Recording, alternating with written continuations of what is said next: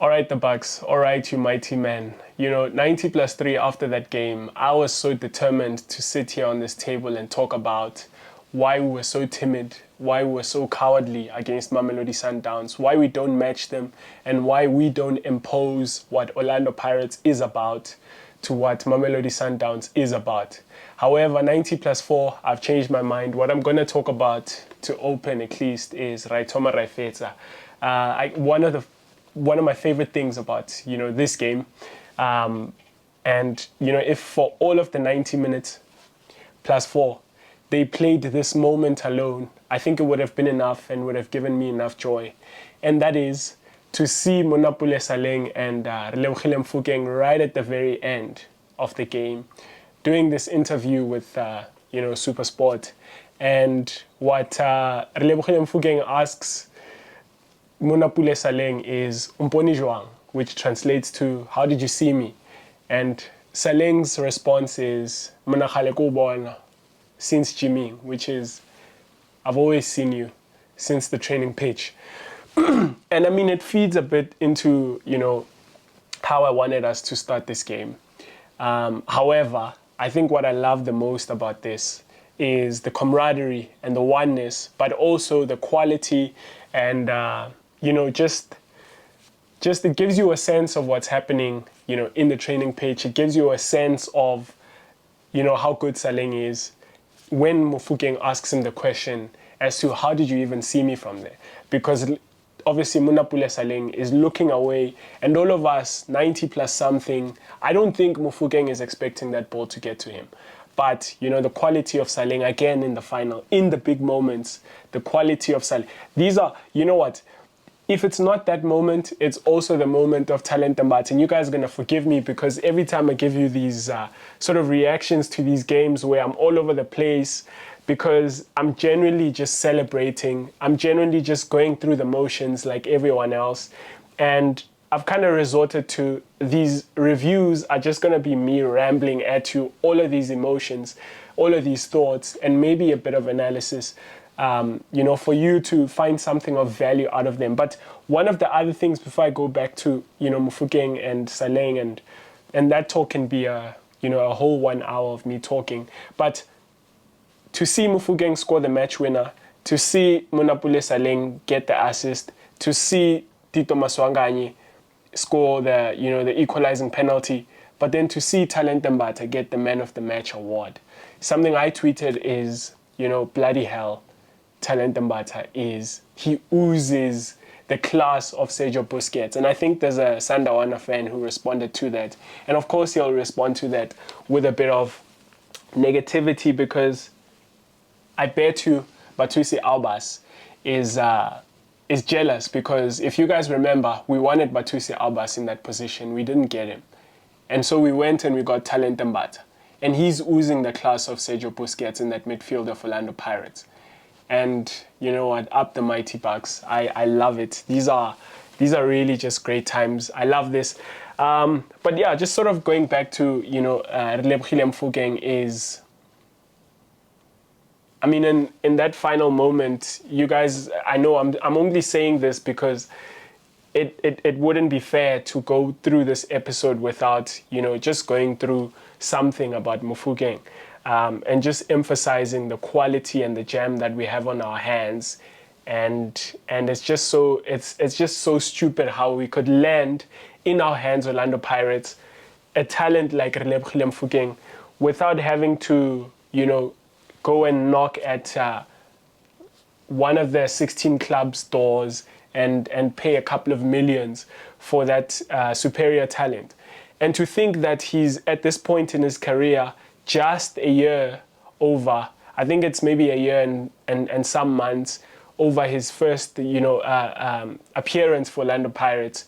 And now he scored the match winner in the Nedbank Cup final, not just against anyone, but against Mamelodi Sundowns, all eyes watching, in the big occasion, in the moments that matters most, in the last minute of the game. He stands up and, some people will say, hey, look, if he doesn't score that goal, and this is the argument that I've tried to make on this podcast a lot of the time, is that, if Mofokeng doesn't try that, we don't score the winner. We don't score the match winner. But the thing about these kind of players like Mofokeng and Saleng is that in those moments where he's trying to dribble past people and he squeezes it into the far post, into the back of the net, 94th minute, last minute, 2-1 winner, is if he doesn't try that, we maybe go into penalties and maybe lose it from there, right? But because he's Mofokeng and he's got that element of greed that a good striker should have, he tries that. And here we are, Buccaneers, we're celebrating, and I love it. It's in the face of everyone who's just been, against this thing about Mofokeng, trying out things in the box. And again, I want to emphasize that this is not to say that we excuse every single time that he doesn't pass the ball. But the thing about that thing is you don't want to take it out of him. He's got to have that. He's got to have that temperament in a big game in the last minute to try and score the winner. And that's why he scored it. And I mean, I ran out of superlatives talking about Lebogile Mofokeng. The highest praise I can give him is that he's very reminiscent for me of Neymar in just the way that he is, his young age, breaking into this man's game at a very young age. He's got those skills. He's got the temperament. He's got, with that, tiny body, and all due respect to him, with that tiny body, just producing magic with that right boot. And he's born for the limelight. He's just born for the limelight. So is Talent Mbata, by the way. So is Monapule Saleng. So is Tito Maswanganyi. And I could go all the way through this Orlando Pirates team. I think we've got a good crop on our hands. And I'll get into a bit of the game now, maybe. Just the last thing about this is that we've got a very good crop on our hands. I mean, in that last minutes, I beg your pardon, last 15 minutes or so, we are playing with a starting 11 off, and I'll get to how we start for those of you that mightn't have watched the game, and maybe you're coming on to Talking Buccaneers, which I appreciate, to get a bit of a sense of what the game was like. I'll get to that in a moment. But in the last 15, this is the lineup that we have, and I love it, by the way. We have Thabiso Munyane at right back. We've got Nkosinathi Sibisi at centre back, who came on for Thabiso Sesane. We've got Olisanda, the mighty Nigerian Olisanda, Virgil van Dijk in centre back alongside Nkosinathi Sibisi. We've got Dion Hotter at left back, and then we've got Talent Mbata as sort of a single pivot. We've got Kabelo Dlamini and Patrick Maswanganyi as our 2-8s. We've got Saleng and Mofokeng on the wings, sort of interchanging every now and again. And then we've got Tshegofatso Mabasa as our centre forward. And I tweeted something that, did we just see a sneak peek into next season? Did we just see a sneak peek into the lineup that, I beg your pardon, the lineup that we're going to be playing next season, or the lineup that when we know we've got to win it, this is how to line up. This is how to set up. Get Tito and Dlamini and Saleng and Mofokeng and Tshegofatso Mabasa on the pitch. Now, you guys might say that, it's very risky. And I mean, I get that. But I think they've got enough about them, Tito Maswanganyi, Talent Mbata, to be able to defend in a certain way as to limit the opposition from exposing that we're playing with advanced midfielders in that midfield, especially because we are a pressing team. And this is another thing that I want to emphasize so much, is that we have set ourselves up as a team that wants to win the ball high up. So we've got a high block. We want to win the ball in the opposition's half and create chances from there. And I think we should go for it. Let's be that team. And to be that team, then you don't need to have these sitting midfielders, these defensive midfielders. I think if you go back to a Barcelona of 2011 that is playing with Iniesta and Xavi and Sergio Busquets in midfield, and by no means am I equating this Pirates midfielder to them, but I think if you've got Talent Mbata, Dlamini and Maswanganyi, you've got a bit of a sort of cut from that fabric of these smart, intelligent players that will help us be a dominant team and so restrict the opposition from winning against us by us just having so much of the ball. And maybe let me get into the game a little bit. So we, by my sort of view anyway is that it's a very negative lineup from us. Something I said, and if you guys will have watched my previous episode on this channel, or maybe you went over at the Yellow Corner where we had a part 1, if you watched the last episode that I posted, I did mention that there's a part 1 on the Yellow Corner. I spoke about that. I want my coach to be daring in his approach. I want us to actually impose ourselves on Mamelodi Sundowns. And something Tabiso on the Yellow Corner asked me is that, how do I feel about this thing where, the head coach sort of changes the approach, and doesn't that, sort of inject this sense of doubt within the players themselves that, hey, this is the methods, these are the methods that we've been using, this is how we've been approaching the game, and yet now comes the final, and this is how now you change things and you want to go at it in this way. And I mean, I said that, yeah, actually, I would love for us to keep the way that we've been playing. And, one might say, look, when our backs were against the wall, we went back to what we know, which is we got all our players back in. Because how we started was we were playing with Maela at left back, Nda and Sesani, at centre back, and then Munyani at right back. So it was a flat 4 for most of the time. It wasn't even one of those where you see Munyani very offensive on the right. A lot of the time he had to do a shift to try keep track with whoever Sundowns bring on that side, because they were very fluid in there. I mean, Mudiba was the one who sort of was the left back for them, but he comes into 8 for them. And then you sort of saw Marcelo Allende pop up in that position, Tebogo Mokoena pop up in that position, Batusi Abbas and Zungu being the ones that were, the two that was sort of deep in front of Libusa and Grant Kekana at the back. And then Mudau was very offensive on the right, giving them the width this side. And then every now and again, you'd see Ribeiro giving that width. I mean, that's how they score. And I thought throughout the game that we've got to keep check. I think what they're trying to play for are those back posts for us, because that's where we're kind of weak, I think. They're playing the ball to the back post and trying to catch us with a numerical superiority, 2v1s at our back post, Munyani versus Zwane and someone else, or this side, Mudau and Ribeiro versus Maela. And so, this is how they're kind of doing it. They're shifting us to the one side, switching the ball, shifting us, switching it again. And this is how they get their goal. But anyway, I was still saying the Orlando Pirates lineup.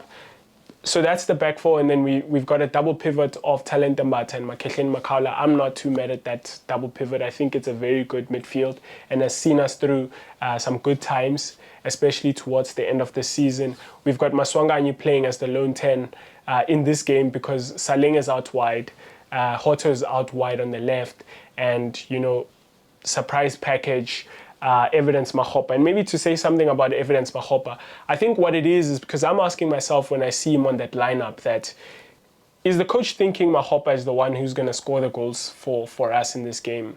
And the answer to that is no. Is the coach thinking that he's going to hold up the play better than Tshegofatso Mabasa in this game? And the answer to that is, again, a resounding no. I think the reason we see Mahopa in this game instead of Tshegofatso Mabasa, and not to say that I think it's a good thing, however, I think the coach thinks Mahopa is going to move around a bit more in terms of chasing, Mamelodi Sundowns. I think he thinks Mahopa is he's gonna run those channels, he's gonna make all of that movement, he's gonna, be involved in all sorts of things. But most importantly, I think he thinks Mahopa is more of, a weapon for us in terms of pressing. I think he still thinks when it comes to controlling that central area, when we're trying to block the progression of the ball from the build-up of Mamelodi Sundowns, he still thinks Mahopa has got more about him than Tshegofatso Mabasa. Now, why that is, I'm not sure. Maybe that's something I'm going to look into because it was a bit surprising for me in this game. However, the sort of lazy explanation would be that, Mahopa has had two pre-seasons with the head coach now, where yes, Tshegofatso Mabasa might have been around pre-season, but he's definitely played under this coach longer than Tshegofatso Mabasa. Mahopa played longer than Tshegofatso Mabasa, that is.